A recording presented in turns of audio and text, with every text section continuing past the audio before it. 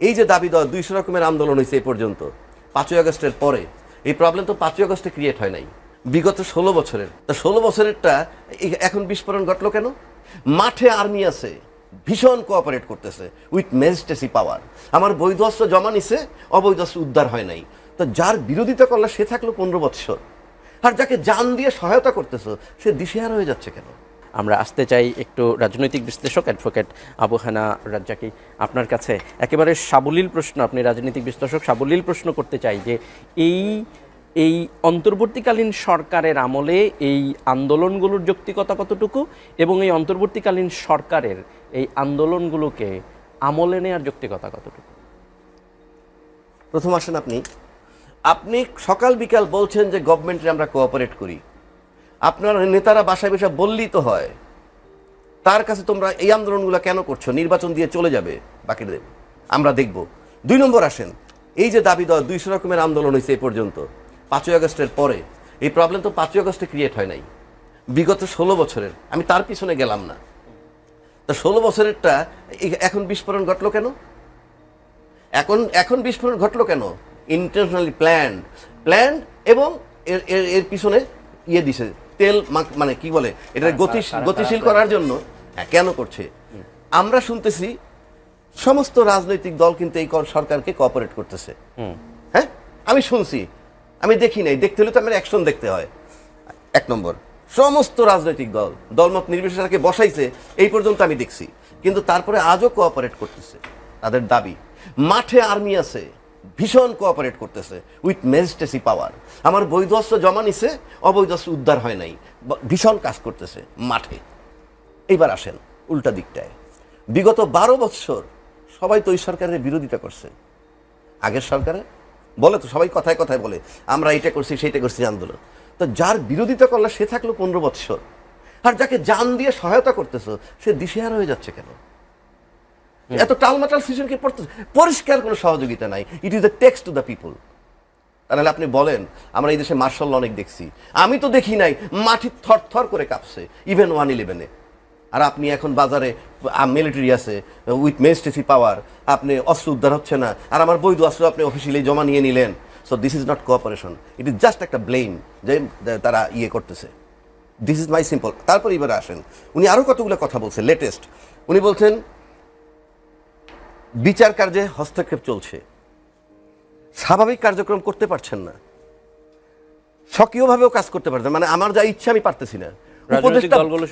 বহু উপদেষ্টা সে নিয়োগ দেয় নাই, ভিকটিম অফ দ্য সিচুয়েশন, তাকে মানতে হয়েছে, সেটা যায় নাই।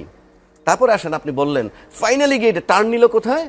2 জন উপদেষ্টা এবং খলিলুর রহমানের পদত্যাগ করতে হবে। খলিলুর রহমান, আচ্ছা খলিলুর রহমানের পদত্যাগের বিষয় কেন আসলো?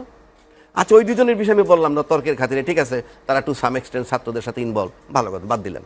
খলিলুর রহমানেরটা আসছে কেন? ইট ইজ পিওর, মানে একটা ডিজাইনের উপরে কাজটা চলছে। হু ইজ খলিলুর রহমান, সেটা আপনাকে আগে বুঝতে হবে। খলিলুর রহমান হলো প্রধান নিরাপত্তা উপদেষ্টা।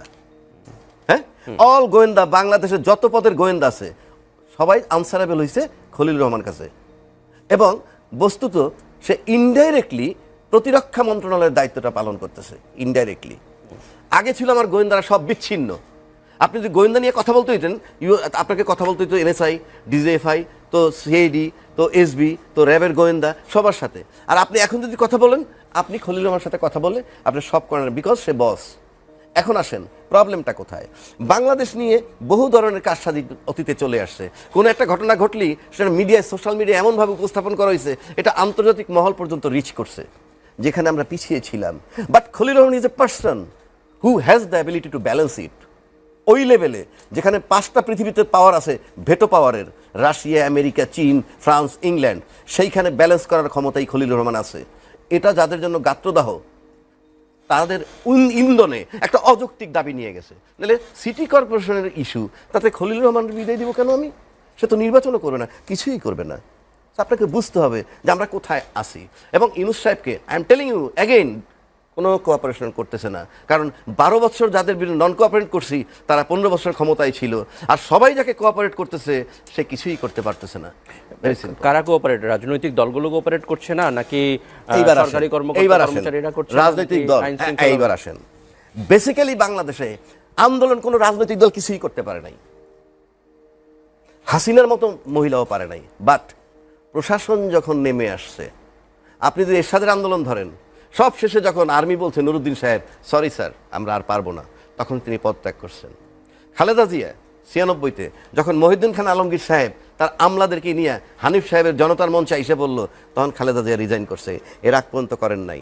তারপর আসেন এই 24, আমাদের দেখা এক্সপেরিয়েন্স, প্রশাসন বাধ্য হয়ে তাদের পক্ষে নামছে, ছাত্রের বাধ্য হয়ে, দয়া দাক্ষিণ্য দেখায় নয়।